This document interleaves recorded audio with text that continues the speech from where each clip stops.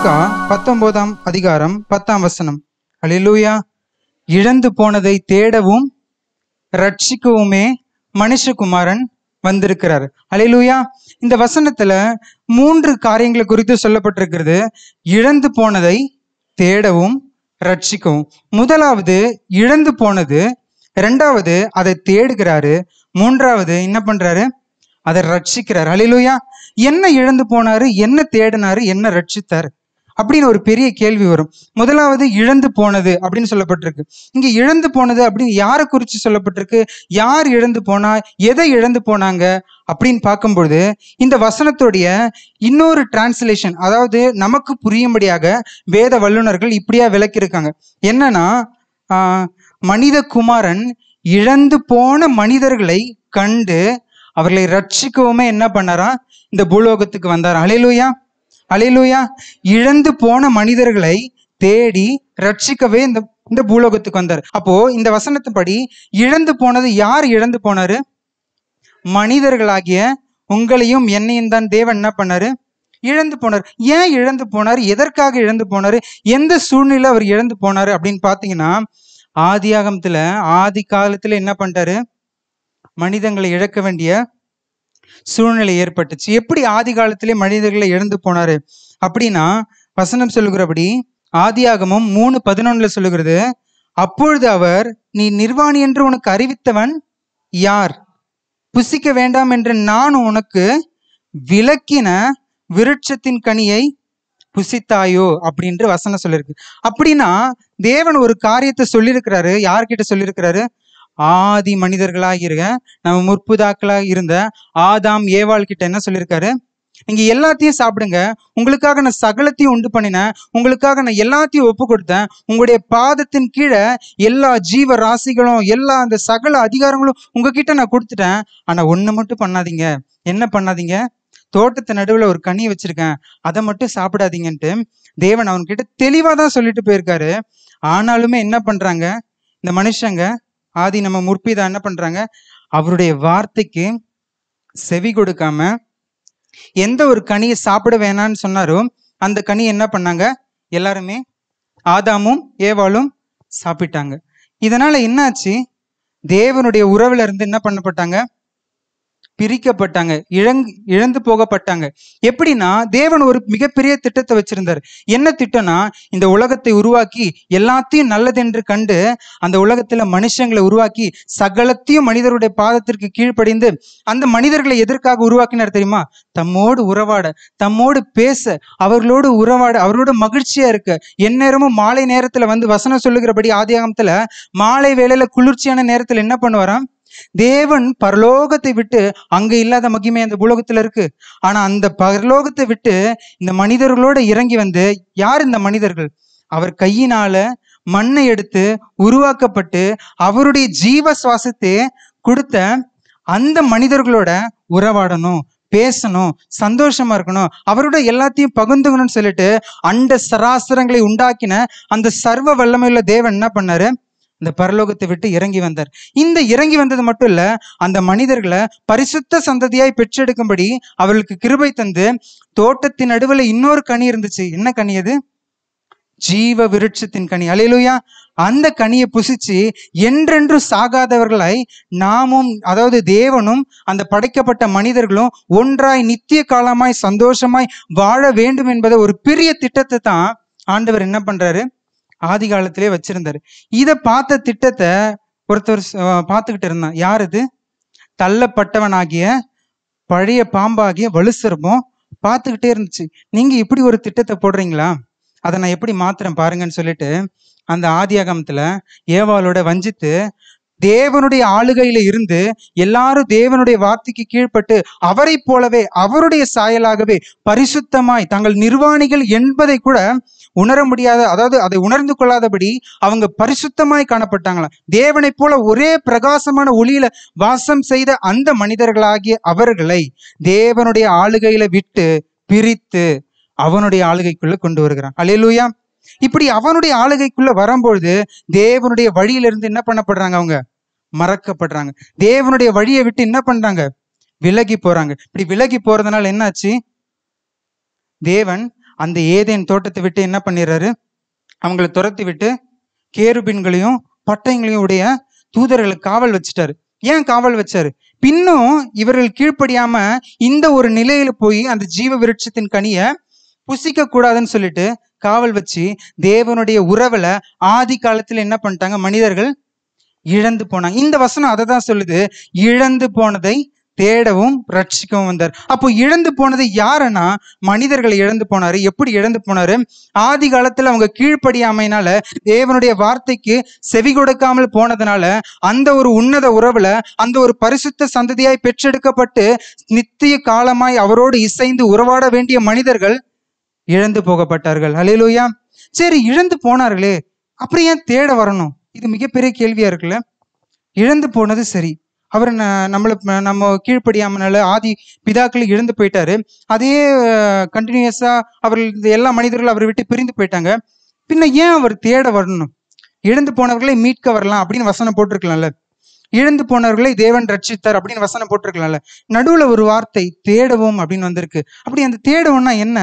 எரேமியா 50ஆம் அதிகாரத்துல 6ஆம் வசனத்துல தொடக்கத்துல சொல்லுது, என் ஜனங்களோ என் ஜனங்கள் காணாமற் போன ஆடுகள்.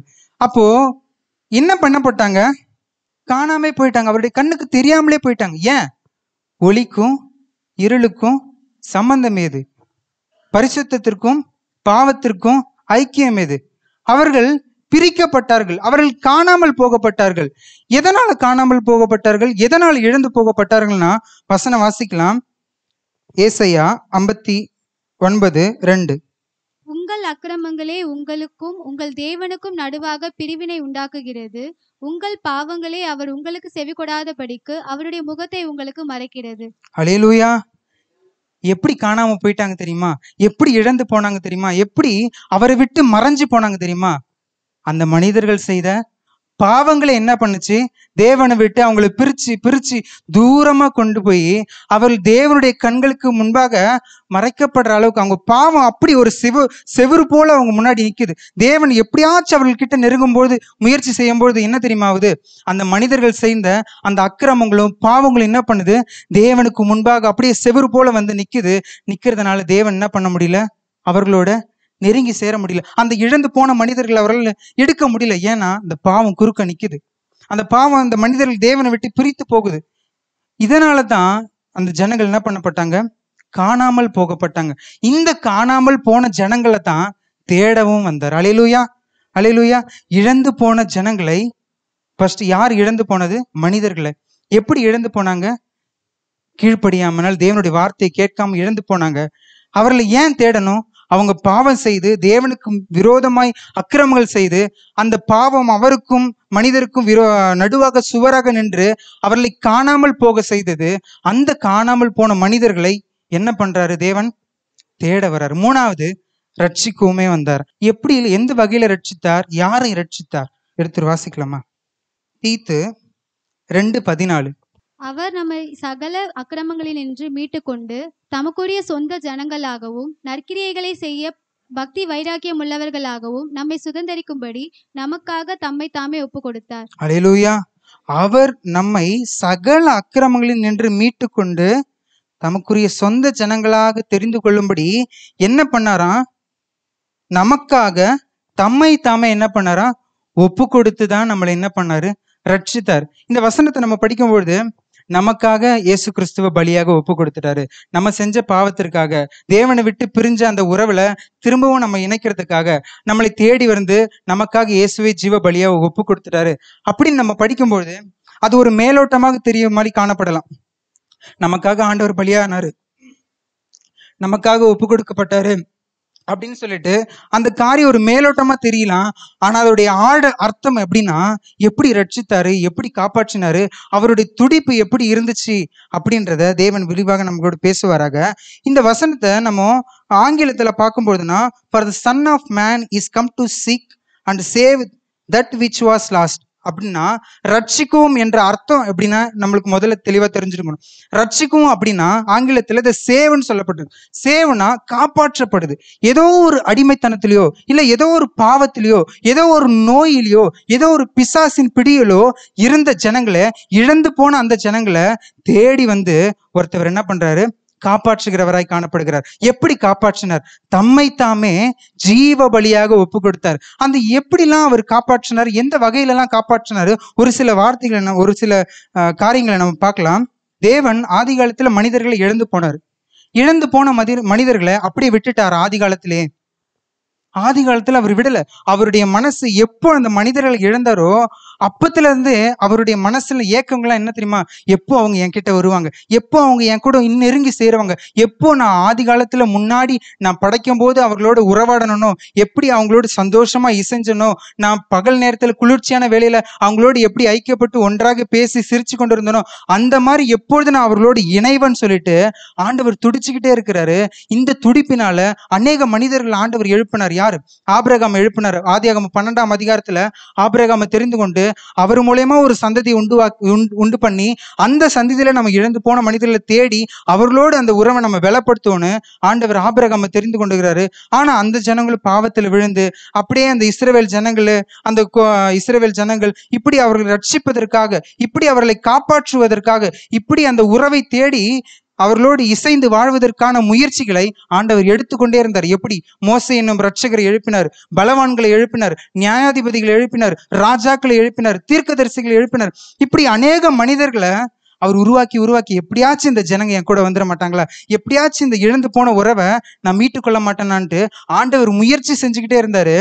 ஆனாலும் இந்த ஜனங்களுடைய பாவம் எப்படி இருக்கு, இன்னுமே தேவனுடைய கண்களுக்கு மறைக்கக்கூடியதா தான் இருக்குது. தேவனை விட்டு தூரம் போகக்கூடிய காரியமா தான் இருக்குது. அவர்களை விட்டு காணாமல் போகக்கூடிய செயலா தான் இருக்குது. யாருடைய செயல்கள்? இந்த மனிதர்களுடைய செயல்கள். ஆகவே தான் தாம் சொந்த குமாரனே இந்த பூலோகத்துக்கு அனுப்பி அவர் தம்மை தாமே ஒப்பு கொடுத்து ஜீவ பலியாக ஒப்பு கொடுத்து நம்மை மீட்டு கொண்டார். எப்படிலாம் மீட்டு கொண்டார் அப்படின்னு பார்க்கும்பொழுது எடுத்துட்டு வாசிக்கலாம். முதலாவது லூக்கா 19ஆம் அதிகாரம் 1ஆம் வசனம் 2ஆம் வசனம். அவர் எரிகோவில் பிரவேசித்து அதன் வழியாக நடந்து போகையில் ஆயக்காரருக்கு தலைவனும் ஐஸ்வர்யவானுமாயிருந்த சகேயு எனப்பட்ட ஒரு மனுஷன் இயேசு எப்படிப்பட்டவரோ என்று அவரை பார்க்க வகை தேடினான். அவன் குள்ளனானபடியால் ஜனக்கூட்டத்தில் அவரை காணக்கூடாமல் அவர் போகும் வழியில் முன்னாக ஓடி அவரை பார்க்கும்படி ஒரு காட்டுத்தி மரத்தில் ஏறினான். அல்லேலூயா. இங்கு யாரை பற்றி சொல்லப்படுகிறதுனா சகேயு என்னப்படுகிற ஒரு மனுஷனை சொல்லப்படுது. இந்த சகேயு என்னப்பா, இதற்கும் ஆண்டவர் தேடி வந்து ரட்சத்திற்கும் என்ன வித்தியாசம்ப்பா அப்படின்னு கேட்கும்பொழுது, சகேயு என்னப்பட்ட மனுஷனை யார் சந்திக்க வருகிறா? தேவன் சந்திக்க வருகிறார். நம்ம நினைக்கிறோம் சகேயு ஆண்டவரை பார்க்கறதுக்காக ஓடி போய் காட்டுத்தி மரத்துல ஏறினாரு, ஆண்டவர் எப்படி இருக்கிறாரு, ஆண்டவர் எப்படிப்பட்டவர் நினைச்சு ஒரு ஏக்கம் கொண்டு சகேயு போய் அந்த மரத்து மேல ஏறினாரு. சகேவுக்கு எவ்வளவு இருதயம் பாருங்க, ஆண்டவர் எப்படியாச்சும் நான் தேடணுன்ற இருதயம் பாருங்க அப்படின்னு நம்ம நினைக்கலாம்.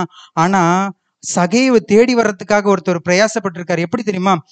ஆண்டவர் என்ன பண்றாரு, கலீலியா, அதாவது கலீலியா நாட்டுல இருந்து, கலீலியான்றது மேப்ல மேல இருக்கும், கலீலியா நாட்டுல இருந்து கீழே எருசலேமுக்கு ஊழிய பிரயாணமா வரார்.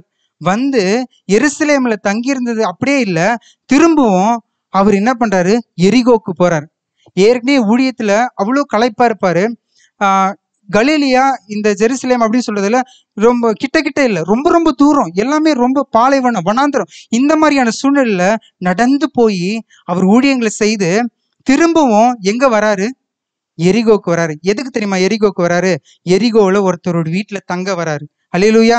எரிகோவுல ஒருத்தவரை தேடி வரார். குறிப்பாக ஒருத்தவரை காப்பாற்ற வேண்டும், ஒருத்தவருக்கு தம்முடைய ரட்சிப்பை கொடுக்க வேண்டும் என்பதற்காக இவ்வளவு தூரம் பிரயாணப்பட்டு திரும்பவும் எருசலேம்ல இருந்து எரிகோவுக்கு 25 கிலோமீட்டர் அப்படின்னு சொல்றாங்க. அந்த 25 கிலோமீட்டரும் நடந்துதான் வந்து ஒருத்தர் வீட்டுக்காக தங்க வராரு.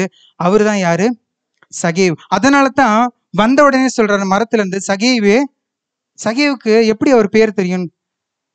சகேவே இறங்கி வா, இன்றைக்கு என்ன பண்ண போறேன், உங்க வீட்டுல தங்க போறேன்ட்டு முன்னதாகவே அவர் திட்டமிட்டபடி ஒருத்தவரை தேடி வந்தார். அதுதான் சகேயு. அவர் வீட்டுக்கு சென்று என்ன பண்ணார், சகேவுக்கு ரட்சிப்பை கொடுத்தார். சகேவுடைய நிலைமை எப்படின்னா, அவர் ஒரு ஆயக்காரரா இருந்தார். பொதுவாகவே ஆயக்காரர்கள்லாம் என்ன பண்ணுவாங்க, வரி வசூலிப்பாங்க. அதுதான் ஆயக்காரர்களுடைய வேலை. அந்த ஆயக்காரருக்கு யார் இவரு? தலைவரா இருந்தார். இது எப்படின்னா, அந்த நாட்டுல வந்து வரி வசூல், அதாவது டாக்ஸ் கலெக்ட் பண்ணுவாங்க. எப்படின்னா, அந்த நாட்டுல ஒரு அரசாங்கம் இருக்கும். அந்த அரசாங்கத்துக்கு எல்லா ஜனங்களும் வரி கொடுக்கணும். இப்போ நம்மளுக்கு புரிய மாதிரி சொல்லணும்னா, ஒரு மாசத்துக்கு 10 ரூபாய்ன்ற மாதிரி வரி. இதே ஒரு வருஷத்துக்கு எவ்வளவு இருக்கும்? 120 ரூபாய். இதுதான் வரி. ஆனா அங்க கட்ட இயலாம நிறைய ஜனங்கள் இருக்கிறாங்க. அந்த காசை கூட கொடுக்க முடியாத நிறைய ஜனங்க இருக்கிறாங்க. இந்த சூழ்நிலையில அந்த ஊர்ல யார் பணக்காரங்களா இருக்கிறாங்களோ அவங்க என்ன தெரியுமா பண்ணுவாங்க? அந்த வரிகள்லாம் முன்னாடி என்ன பண்ணிடுவாங்க? நான் இந்த குடும்பத்துக்காக ஒரு 10 குடும்பத்துக்கு கட்டுறேன், நான் ஒரு 20 குடும்பத்துக்கு கட்டுறேன்னு சொல்லிட்டு அந்த வரிகளை முன்னாடியே அந்த கவர்மெண்ட்டுக்கு கட்டிட்டு இவங்க என்ன தெரியுமா பண்ணுவாங்க? இவங்க போய் அநியாயமா என்ன பண்ணுவாங்க? வட்டி வாங்குவாங்க. இவங்க போய் அநியாயமா காசு வாங்குவாங்க. நான் இவனுக்காக இப்படி கட்டிட்டேன், அதனால நீ எனக்கு எக்ஸ்ட்ரா கொடு அப்படின்ட்டு எல்லாரையும் போய் என்ன பண்ணுவாங்க? அந்த ஊர் ஜனங்களை அநியாயமாய் என்ன பண்றாங்க? வரி வசூலிக்கிறவர்களாய் காணப்பட்டாங்க. அப்படிப்பட்டவர் தான் யார்? இந்த சகேயு. இவர் முன்னதாகவே அந்த ஜனங்களுக்கெல்லாம் அந்த வரி பணத்தை கட்டிட்டு அநியாயமா போய் ஒவ்வொரு ஜனங்களிடத்துல என்ன பண்ணாரு? காசு வாங்குறவர்களா காணப்பட்டார். இதனால தான் அந்த ஊர் ஜனங்கள் இவர் என்ன சொல்றது தெரியுமா? இவர் ரொம்ப பாவியான மனுஷன், இவர் ரொம்ப மோசமான மனுஷன் அப்படின்ட்டு இந்த ஊரார் ஜனங்களை எல்லாருடைய வாயிலும் அவர் ஒரு கேவலமா பேசப்பட்டார். அவர் ஒரு இகழக்கூடிய ஒரு நிலையில காணப்பட்டார். ஆனா இந்த மனிதர் தான் அவ்வளவு தூரம் பிரயாணம் பண்ணி ஒருத்தவர் தேடி வந்தார். அல்லேலூயா. தேடி வந்தது மட்டும் இல்ல, அவர் ரட்சித்தார். அல்லேலூயா. இந்த சகேவுக்கு தம்முடைய ரட்சிப்பை கொடுத்தார். ஏன்னா பாவத்தின் சம்பளம் என்னவா இருக்கு? மரணமா இருக்கு. இந்த மரணம் இந்த சகேவுக்கு வரக்கூடாது. ஆகவே தான் நான் இந்த உலகத்திற்கு வந்தேன். பிதாவானவர்களால் நான் அனுப்பப்பட்ட காரியமே இப்படிப்பட்ட இழந்து போனவர்களை நான் தேடி அவர்களை காப்பாற்றும் ரட்சிக்கவும் தான் இந்த உலகத்துக்கு வந்தேன்னு சொல்லிட்டு அவ்வளவு தூரம் பிரயாணப்பட்டு சகேவு வீட்டுக்கு போய் சகேவுக்கு அந்த பாவத்திலிருந்து விடுதலையாக்கி ஒரு ரட்சிப்பை கொடுக்கிறார். ஹல்லேலூயா. இப்படிதான் தேவன் தேடுகிறவரா இருந்தார். அடுத்த இடத்தில் வாசிக்கலாம். லூக்கா 8:22. பின்பு ஒரு நாள் அவர் தமது சீஷரோடும் கூட படவில் ஏறி கடலின் அக்கரைக்கு போவோம் வாருங்கள் என்றார். அப்படியே புறப்பட்டு போனார்கள். படவு ஓடுகையில் அவர் நித்திரையாயிருந்தார். அப்பொழுது கடலிலே சுழற்காற்று உண்டானதால் அவர்கள் மோசமடையத்தக்கதாய் படவு ஜலத்தினால் நிறைந்தது. அவர்கள் அவரிடத்தில் வந்து, ஐயரே ஐயரே, மடிந்து போகிறோம் என்று அவரை எழுப்பினார்கள். அவர் எழுந்து இங்க முன்னாடி பார்க்கும்பொழுது இயேசு கிறிஸ்து ஒரு நாள் என்ன பண்றாரு? சீஷர்களுக்கு கூட படகுல ஏறுறாரு. நம்ம ஒரு ஆத்து கடக்கணும், நம்ம வீட்டுல இருக்க, நம்ம ஊர்ல இருக்க குளத்தாண்ட போய் நின்னாலே இந்த முனையில இருந்து அந்த முனைக்கு போறதுக்கு என்ன பண்ண முடியும்? உடனே போயிட முடியுமா? ஏன்னா ஒரு சின்ன குளமே என்னது பெருசா இருக்கும். ஆனா ஒரு கடல்ல இந்த கரையில இருந்து அந்த கரைக்கு போறதுக்கு எத்தனை நாள் ஆகும்? அத்தனை நாள் இயேசு கிறிஸ்து என்ன பண்றாரு? பிரயாணப்பட்டு போகிறாரு. எதுக்கு போறாரு? யாரை தேடி போறாரு அப்படின்னு பார்க்கும்பொழுது 8ஆம் வசனம் 8:26 லூக்கா 8:26 பாக்குறோம். அவர் கலிலேயாவுக்கு எதிரான கதரேனருடைய நாட்டில் சேர்ந்தார். அப்போ அவர் பிரயாணப்பட்டு வந்ததுக்கு ஒரு நோக்கம் இருக்கு. அவர் தெரிஞ்சேதான் வராரு. ஆனா எங்க வர்றாருன்னா கதரேனுடைய ஒரு நாட்டுல ஒரு இடத்துக்கு வராரு. ஏன் அங்க வராருன்னா அங்க ஒரு மனுஷன் இருக்கிறான். அவனை தேடிதான் என்ன பண்றாரு? ஆண்டவர் வந்திருக்கிறாரு. யார் அந்த மனுஷன்? பிசாசினால் அகப்பட்ட ஒரு வாலிபன். அவர் பேர் வேதாகமத்துல சொல்லப்படல. பிசாசினால் சோதிக்கப்பட்டு வாதிக்கப்படுகிற ஒரு வாலிபனை தான் என்ன பண்ணாரு? ஆண்டவர் இந்த கரையிலிருந்து அந்த கரை வரைக்கும் பிரயாணப்பட்டு அவ்வளோ நாட்கள் பிரயாசப்பட்டு தேடி ஒரு மனுஷனை போய் பார்க்கிறாரு. அதுதான் அந்த பிசாசினால் வாதிக்கப்படுகிற மனுஷனை. ஏன் அந்த என்ன பிசாசு அவர் பண்ணுச்சுன்னா, அவருக்குள்ள இருந்த பிசாசு அநேக பிசாசுங்களா இருந்துச்சு. அவர் ஒவ்வொரு நாளும் ரொம்ப வேதனைப்படுச்சு. உடம்பெல்லாம் கல் எடுத்து கிழிக்கும்படி அவர் பிரேத கூட, இன்னும் சொல்ல போனா சுடுகாட்டுல இருக்கிற இடத்துல அவர் என்ன பண்ணாரு? தங்கி கொண்டிருந்தார். அவருடைய சங்கிலினால கட்டி போட்டு ரொம்ப அந்த பிசாசு அவருடைய வேதனைப்படுத்தி கொண்டு இருந்துச்சு. எந்நேரமும் இன்னொரு வசனம் தெளிவா கூட சொல்லும். 8:33 சொல்லுது, அவருக்கு ஒரு வீடு இருந்துச்சு. அவங்க வீட்டுல அவங்க தாய் தகப்பன்லாம் இருந்தாங்க. ஆனாலும் அந்த தாய் தகப்பன்லாம் என்ன பண்ணிட்டாங்க? அந்த வாலிபனை மறந்து சுடுகாட்டுல கொண்டு போய் சங்கிலினால கட்டி போட்டு வச்சுட்டாங்க. இப்படிப்பட்ட நிலையில இருக்கிற ஒரு மனுஷனை தான் என்ன பண்றாரு? இந்த கரையில இருந்து அந்த கரைக்கு ஒருத்தவர் கதனேயருடைய நாட்டிற்கு சேர்ந்த இயேசு கிறிஸ்து தேடி போனார். அல்லேலூயா. எதற்காக தேடி போனார்?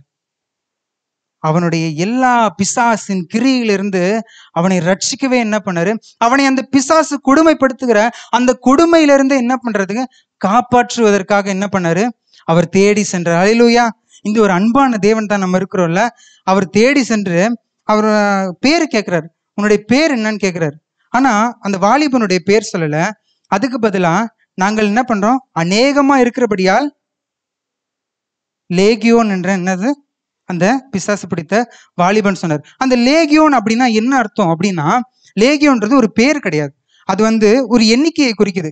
அதாவது அது ஒரு 3000 6000 இருக்கிற ஒரு எண்ணிக்கையை தான் குறிக்கிடுது. அதாவது இயேசு கிறிஸ்து கூட ஒரு இடத்துல சொல்லியிருப்பாருன்னு நினைக்கிறேன், மத்தேயு 26:53 நினைக்கிறேன். நான் என் பிதாவினிடத்தில் வேண்டிக் கொண்டால், அதாவது இயேசு கிறிஸ்து காட்டி கொடுக்கப்படுகிற அந்த சூழ்நிலை சீஷர்கள்லாம், ஆண்டவரே என்ன இந்த நிலைமை, ஏதாவது உங்களை ரட்சித்துக் கொள்ளுங்க அப்படின்ட்டு சீஷர்கள் கேட்கும்பொழுது அவர் சொல்லுவாரு, நான் என் பிதா கிட்ட வேண்டிக் கொண்டா லேகியோனுக்கு அதிகமான தூதர்களை எனக்கு என்ன பண்ணுவாரு, கொடுப்பாருல்ல அப்படின்னாரு. அப்போ லேகியோனுக்கு அதிகமானன்னா அது ஒரு கணக்கு. என்ன கணக்குனா, ஒரு 3000 ஒரு 6000 இருக்கிற ஒரு தோராயமான கணக்கு. அது ஒரு எண்ணிக்கை, ஒரு குழு. அதே தான் அந்த ஒரு கணக்கு கொண்டதான் 3000 ஒரு 6000 இருக்கிற அத்தனை கணக்கான பிசாசு தான் யாருக்குள்ள இருந்துச்சு, இந்த வாலிபனுக்குள்ள இருந்துச்சு. ஆகவே தான் அந்த நிலைமையை பார்க்க முடியாம துடிதுடிச்சு இந்த கரையிலிருந்து அந்த கரைக்கு அந்த கதிரையுடைய நாட்டில பிசாசினால் வாட்டி வதைக்கிற அந்த போராடுகிற அத்தனை 1000 பிசாசுகளால உடம்பு சின்ன பண்ணமா ஆக்குற ரொம்ப போராடி கொண்டிருக்கிற அந்த மனுஷனை, வாலிபனை தேடி அந்த எல்லா பிசாசுகளை துரைத்து விட்டு அவனை காப்பாற்றுகிறவரை காணப்பட்டார். அல்லேலூயா, அல்லேலூயா. அப்போ அந்த மனுஷனை அந்த ஒரு நிலைமையில, அவன் தாய் தகப்பன் கூட மறந்து போன அந்த நிலைமையில தேவன் தேடி அவனை காப்பாற்றி அவனுக்கு உடை உடுத்தி, நீ திரும்பி இப்ப என்ன பண்ணு, 39ஆம் வசனத்துல சொல்லிருக்கோம், இப்போ என்ன பண்ணு, உன்னை மறந்து போன உங்க வீட்டிற்கு நீ திரும்பி போன்ட்டு அந்த வாலிபனை அனுப்பி வைக்கிறார். அல்லேலூயா. இன்னொரு இடத்துல வாசிக்கலாமா? யோவான் 4ஆம் அதிகாரம் 4ஆம் வசனம். அவர் சமாரியா நாட்டின் வழியாய் போக வேண்டியதாய் இருந்தபடியால் யாக்கோபு தன் குமாரனாகிய யோசேப்புக்கு கொடுத்த நிலத்துக்கு அருகே இருந்த சமாரியாவில் உள்ள சீகார் எனப்பட்ட ஊருக்கு வந்தார். அங்கே யாக்கோபுடைய கிணறு இருந்தது. இயேசு பிரயாணத்தினால் இளைப்படைந்தவராய் அந்த கிணறு அருகே உட்கார்ந்தார். அப்பொழுது ஏறக்குறைய 6ஆம் மணி வேளையாய் இருந்தது. அவருடைய சீஷர்கள் போஜன பதார்த்தங்களை கொள்ளும்படி ஊருக்குள்ளே போயிருந்தார்கள். அல்லேலூயா. இங்கே ஒரு மகளை தேடி போகிறார் ஆண்டவர். எதற்காக தேடி போடுறாருன்னா, நம்ம வாசிக்கும்போது முதலாவது அது எந்த நாடு, சமாரியா நாடு. பொதுவாக சமாரியா நாடு அப்படின்னா இஸ்ரவேல் ஜனங்களுக்குள்ள ஒரு ஒதுக்கப்பட்ட நாடா காணப்பட்டுச்சு. அவங்க எல்லாருமே, அந்த ஜனங்களை எல்லாருமே ஒரு தாழ்த்தப்பட்டவர்களா நினைச்சாங்க, ஒரு கேவலமா பார்ப்பாங்க. ஐயோ இவங்கெல்லாம் இங்க வந்துட்டாங்களான்ட்டு தீண்டத்தகாதவர் மாதிரி. அவங்க இந்த வழியா வந்தாலே, அவங்க பார்த்தாலே இஸ்ரவேல் ஜனங்கள்லாம் என்ன பண்ணுவாங்க, இடையே போவாங்க. அவங்கள பார்த்து ரொம்ப ஒதுங்கி தீண்டத்தகாதவர் மாதிரி போவாங்க. காரணம் ஏன்னா, கிமு 222 அசிரியா ராஜாவால இந்த சமாரியா என்ன பண்ணப்பட்டுச்சு, யுத்தத்தினால கைப்பற்றப்பட்டுச்சு. இப்போ கைப்பற்றப்பட்ட இந்த சூழ்நிலையில அங்க இருக்கிற இஸ்ரவேல் ஜனங்கள்ல சிலரை என்ன பண்றாரு, இந்த சமாரியா ராஜா கைது பண்ணிட்டு போயிடுறாரு. அது மட்டும் இல்ல, அநேக புறஜாதிகள் என்ன பண்றாரு, அந்த சமாரியா நாட்டுல குடியேற்றாரு. இப்படி குடியேற்றும் போது அந்த சமாரியா நாட்டுல இருந்த இஸ்ரவேல் ஜனங்களும் அந்த குடியேறப்பட்ட புறஜாதி மக்களும் சம்பந்தம் கொண்டு ஒரு கலப்புள்ள ஒரு இனத்தவரெல்லாம் என்ன பண்ணிட்டாங்க, மாறப்பட்டாங்க. இதை பார்க்கும்போது யூதர்களும் கிரேக்கர்களும் என்ன பண்ணப்பட்டாங்க, இவங்க தேவனுக்கு உண்மை இல்லாதவங்க, இவங்க ரொம்ப தேவனுக்கு கீழ்ப்படியாதவங்க, தேவனுக்கே அவதூறு செய்தவங்க, தேவனுக்கு விரோதமான காரியங்களை செய்தவங்க சொல்லிட்டு அதனால என்ன பண்ணப்பட்டாங்க, இந்த சமாரியர்கள் அந்த காலம் முதல் கிறிஸ்து பிறப்பதற்கு முன்னாடி என்ன பண்ணப்பட்டாங்க, ஒதுக்கப்பட்டவர்களா இப்படி அவங்க நிலைமையில தள்ளப்பட்டாங்க. இந்த ஒரு நிலைமையில தான் இந்த ஒதுக்கப்பட்ட ஒரு நாட்டுல, அந்த நாட்டுல இன்னுமே ஒரு ஊர் இருக்கு, சீகார் என்னப்பட்ட ஊர்ல இன்னுமே அங்க ஒரு ஸ்திரீயை பார்க்கணும். ஒதுக்கப்பட்ட நாட்டுல இன்னுமே ஒடுங்கி போய் வாழக்கூடிய ஒரு ஸ்திரீயை தேடி வருகிறார். அந்த ஸ்திரீ யாருன்னா, பேர் சொல்லப்படாத சமாரியா ஸ்திரீ. அல்லேலூயா. இந்த சமாரியா ஸ்திரீயோடைய நிலைமை என்னன்னா, நம்மளுக்கு எல்லாருக்குமே தெரியும், இவங்களுக்கு 5 புருஷர்கள் இருந்தாங்க. இயேசு கிறிஸ்து அவங்களை பார்த்து சொல்றாரு, இப்போது இருக்கிறவங்களுக்கும் உனக்கு புருஷன் இல்லை அப்படின்னு சொல்றாங்க. அப்படின்னா அந்த ஊராரெல்லாம் அந்த ஸ்திரீயை பார்த்து என்ன தெரியுமா சொல்லிட்டு இருந்தாங்க, அந்த ஊரார் அந்த ஸ்திரீயை பார்க்கும்போது எப்படி சித்தரிச்சாங்க தெரியுமா, இவ ஒரு விபச்சாரி, இவ சரியில்லாதவ, இவர் ரொம்ப மோசமானவ, இவ கேவலமானன்னு சொல்லிட்டு தாழ்த்தப்பட்ட ஒதுக்கப்பட்ட அந்த நாட்டுல இருக்கிற ஜனங்களே இந்த ஸ்திரீயை இன்னுமே தாழ்த்தினாங்க, இன்னுமே இந்த ஸ்திரீ என்ன பண்ணாங்க, ஒடுக்குனாங்க. இதெல்லாம் அறிந்த தேவன் தான் இன்னொன்னு சொல்ல போனா, அந்த சமாரியா நாட்டு இயேசு கிறிஸ்து யூதேயால இருந்து யூதேயால இருந்து கலிலேக்கு போகும்போது எவ்வளவு வழிகள் இருக்கு. ஆனா அவர் ஒரு வழியை தான் தெரிந்து கொண்டார். என்னன்னா, இந்த சமாரியா வழியை போகத்தான் அவர் தெரிந்து கொண்டார். அதனாலதான் வசனம் சொல்லியிருக்கு, அவர் சமாரியா 4ஆம் வசனம், அவர் சமாரியா நாட்டின் வழியாக போக வேண்டியதாய் இருந்தபடியால். ஏன் அந்த போக வேண்டியதா இருந்தபடியால்? ஏன்னா ஒடுக்கப்பட்ட தாழ்த்தப்பட்ட எல்லாராலும் புறக்கணிக்கப்பட்ட அந்த நாட்டிலேயே இன்னுமே ஒடுங்கி வேதனைப்பட்டு கூனி குறுகி வாழக்கூடிய ஒரு ஸ்திரீயை தேடி ரட்சிக்கும்படியாகவே தான் என்ன பண்ணாரு, ஆண்டவர் அந்த வழியா புறப்பட்டு போனார். அல்லேலூயா. அந்த ஸ்திரீயின் இடத்துல போய் உனக்கு ஜீவ தண்ணீர் கொடுக்கிறவர் நானே என்பதை அந்த ஸ்திரீயின் இடத்துல வெளிப்படுத்தி அந்த ஸ்திரீயை சந்தோஷப்படுத்தி மகிழ்ச்சியோடைய ரட்சிப்பை கொடுத்து அந்த ஊருல என்ன பண்ணாரு, அந்த ஸ்திரீயை அனுப்பிவிட்டார். அதனாலதான் அவங்க வந்த நேரம் கூட யாருமே இல்லாத ஒரு நேரத்துல தண்ணீர் முள்ள வந்தாங்க. ஏன்னா அவங்க கூனி குறுகி ஒடுங்கி போய் வேதனைப்பட்டவங்களாம் வாழ்ந்து கொண்டிருந்த அந்த ஸ்திரீயினுடைய நிலைமையை அறிந்து, இப்படி 1000 வழிகள் இருந்தாலும் அந்த வழியை தேர்ந்தெடுக்காம இந்த வழியில போய் நான் ஒரு ஸ்திரீயை ரட்சிக்கணும் வேண்டும் என்பதை இழந்து போனதை தேடவும் ரட்சிக்கவுமே வந்த அந்த மனிதகுமாரன் அந்த ஸ்திரீயினுடைய வாழ்க்கையில சென்று அந்த ஸ்திரீக்கு ரட்சிப்பை கொடுத்து காப்பாற்றுதலை கொடுத்து என்ன பண்ணாரு, அந்த ஸ்திரீயை சந்தோஷப்படுத்தினார். அல்லேலூயா. கடைசியா ஒன்னு வாசிக்கலாம். யோவான் 5ஆம் அதிகாரம் 1ஆம் வசனம். இவைகளுக்கு பின்பு யூதருடைய பண்டிகை ஒன்று வந்தது. அப்பொழுது இயேசு எருசலேமுக்கு போனார். எபிரேய பாஷையிலே பெதஸ்தா என்னப்பட்ட ஒரு குளம் எருசலேமில் ஆட்டு வாசலின் அருகே இருந்தது. அதற்கு 5 மண்டபங்கள் உண்டு. அவைகளிலே குருடர், சப்பானிகள், சூம்பின உடுப்புடையவர்கள் முதலான வியாதிக்காரர்கள் அநேகர் படுத்திருந்து தண்ணீர் எப்பொழுது கலங்கும் என்று காத்து கொண்டிருப்பார்கள். ஏனெனில் சில சமயங்களில் தேவதூதன் ஒருவன் அந்த குளத்தில் இறங்கி தண்ணீரை கலக்குவான். தண்ணீர் கலங்கின பின்பு யார் முந்தி அதில் இறங்குவானோ அவன் எப்பேற்பட்ட வியாதிஸ்தனாய் இருந்தாலும் சொஸ்தமாகுவான். ஆமென். இங்க ஒரு மனுஷனை பார்க்க வரோம். 38 வருஷமா வியாதியின் படுக்கையில ஒரு மனுஷன் இருக்கிறாரு. இவைகளுக்கு பின்பு யூதருடைய பண்டிகை ஒன்று வந்தது. அப்பொழுது எருசலேமுக்கு போனார். இயேசு கிறிஸ்து யூதருடைய பண்டிகை ஒன்று வந்துச்சு, அதனால எருசலேமுக்கு போனாரு. ஆனா அவர் போனதற்கான இன்னொரு முக்கியமான காரியம் என்னன்னா, அவர் எருசலேமில் உள்ள ஒரு தேவாலயத்திற்கு முக்கியமா போக வேண்டிய ஒரு காரணம் இருந்துச்சு. ஏன்னா அங்க ஒரு மனிதன் இருந்தாரு. அந்த மனிதர் 38 வருடமா அங்கேயேதான் படுத்திருக்கிறார். இன்னும் சொல்ல போனா அது ஒரு ஆசீர்வதிக்கப்பட்ட குளம். அந்த குளத்துல தேவ தூதர்கள் வந்து கலக்கும் பொழுது முந்தி யார் இறங்குறவங்களோ அவங்க எப்படிப்பட்ட கேன்சர் என்ன மாதிரியான வியாதி இருந்தாலும் ஒரே நொடியில என்ன பண்ணப்படும், இறங்குகிறவர்களுக்கு சொஸ்தமாக்கப்படும். ஆனா அத கூட போய் இறங்க முடியாம 38 வருஷமா ஒருத்தர் படுத்திருக்கிறாரு. இந்த மனிதரை அந்த இழந்து போனதை தேடவும் ரட்சிக்கவும் அந்த மனுஷகுமார் என்ன பண்றாரு, தேடி போய் அந்த 38 வருஷமா வியாதியில கடந்த அந்த மனுஷனுடைய அந்த வியாகுலத்தை நீக்கி என்ன பண்ணாரு, அவனுக்கு சுகத்தை கொடுத்து, அவனுக்கு ஒரு ரட்சிப்பை கொடுத்து, அவனுக்கு ஒரு காப்பாற்றுதலை கொடுத்து தேவன் என்ன பண்றாரு, அந்த மனிதனிடத்துல ஒரு ஆறுதலா சந்தோஷமாய் அவனை மாற்றி விடுகிறார். அல்லேலூயா. இப்படிதான் இழந்து போனதை தேடவும் ரட்சிக்கவும் மனுஷகுமாரன் வந்தார். நம்ம பார்த்த 4 காரியங்களை நம்ம பார்த்தோம். சகேவை பார்த்தோம். எப்படி சகேவுடைய வாழ்க்கையில தேவன் ரட்சித்தாரு. சகேவு செய்த எல்லா அக்கிரமங்களையும் பாவங்களையும் யார் சுமந்து கொண்டா, தாமலை ஏற்றுக்கொண்டு தமக்குரிய ரட்சிப்பை என்ன பண்றாரு, காப்பாற்றுதலை சகேவுடைய வாழ்க்கையில என்ன பண்றாரு, அவர் கொடுத்தார்.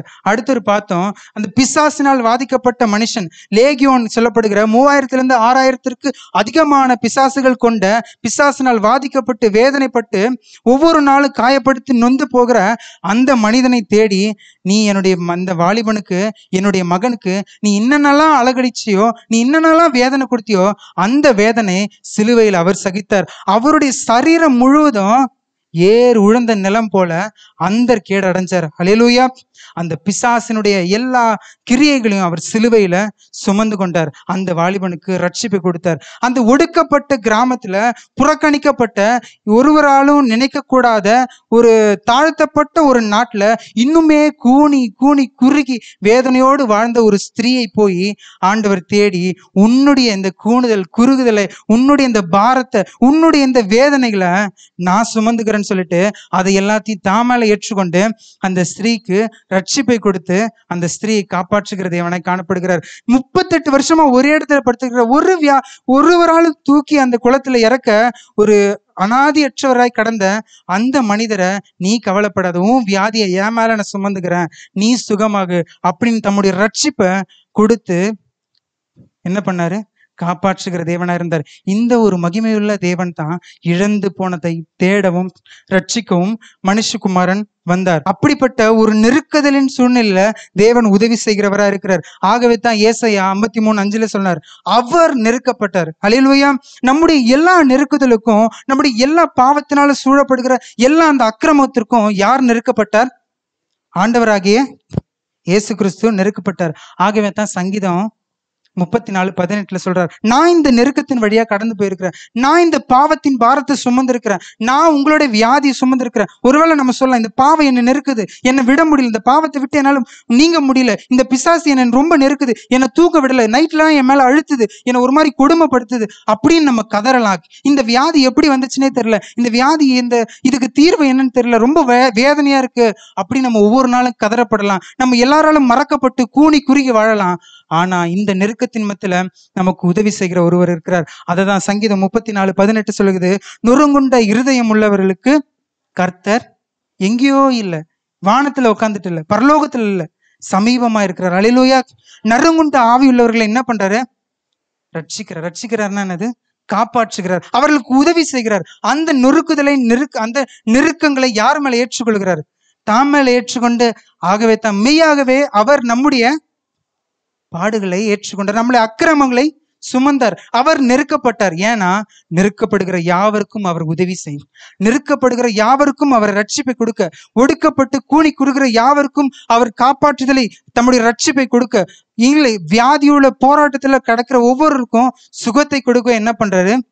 அவர் அந்த ஒரு பாடுகளை ஏற்றுக்கொண்டு அந்தர்கேடு அடைந்தார். ஆகவே தான் லூக்கா 19:10 சொல்லுது, இப்படி இழந்து போனதை, அந்த உறவை தேடி காணாமல் போய் பாவத்தினால காணாமல் போனப்பட்ட அந்த மனுஷர்களை தேடி ரட்சிக்கவுமே அந்த உன்னத தேவகுமாரன் என்ன பண்றாரு? வெளிப்பட்டார். இன்றைக்கு அதே ஜீவனுள்ள தேவன், தம்மை தாமே சிலுவையில் ஜீவ பலியாக ஒப்பு கொடுத்த அதே ஜீவனுள்ள தேவன் இன்றைக்கு நம்மத்துல வாசம் செய்கிறார். அல்லேலூயா. எவ்வளவு சந்தோஷம் இல்ல? அந்த தேவன் நம்மளுடைய நெருக்கங்களையும், நம்முடைய வியாதிகளும், நம்முடைய எல்லா போராட்டங்களையும், எல்லா கலக்கங்களையும் இப்பொழுது அவர் மாற்ற வல்லமை உள்ளவரா இருக்கிறார். எல்லாம் கண்களை மூடி தேவனிடத்துல கேட்போமா? தொலைந்து போன என்னை தேடி வந்தீரே, உமது ஜீவன் கொடுத்து மீட்டு கொண்டீரே. தொலைந்து போன என்னை தேடி வந்தீரே, உமது ஜீவன் கொடுத்து மீட்டு கொண்டீரே. ஆகாதவன் என்று தள்ளின என்னை, ஆகாதவன் என்று தள்ளின என்னை, மூளைக்கு தலைக்கல்லாய் மாற்றி விட்டீரே. நன்றி சொல்லுவோமா? மூளைக்கு தலைக்கல்லாய் மாற்றி விட்டீரே. நான் வாழ்வது உமக்காக, உமது ஊழியம் செய்வதற்காக. நான் வாழ்வது உமக்காக, உமது ஊழியம் செய்வதற்காக.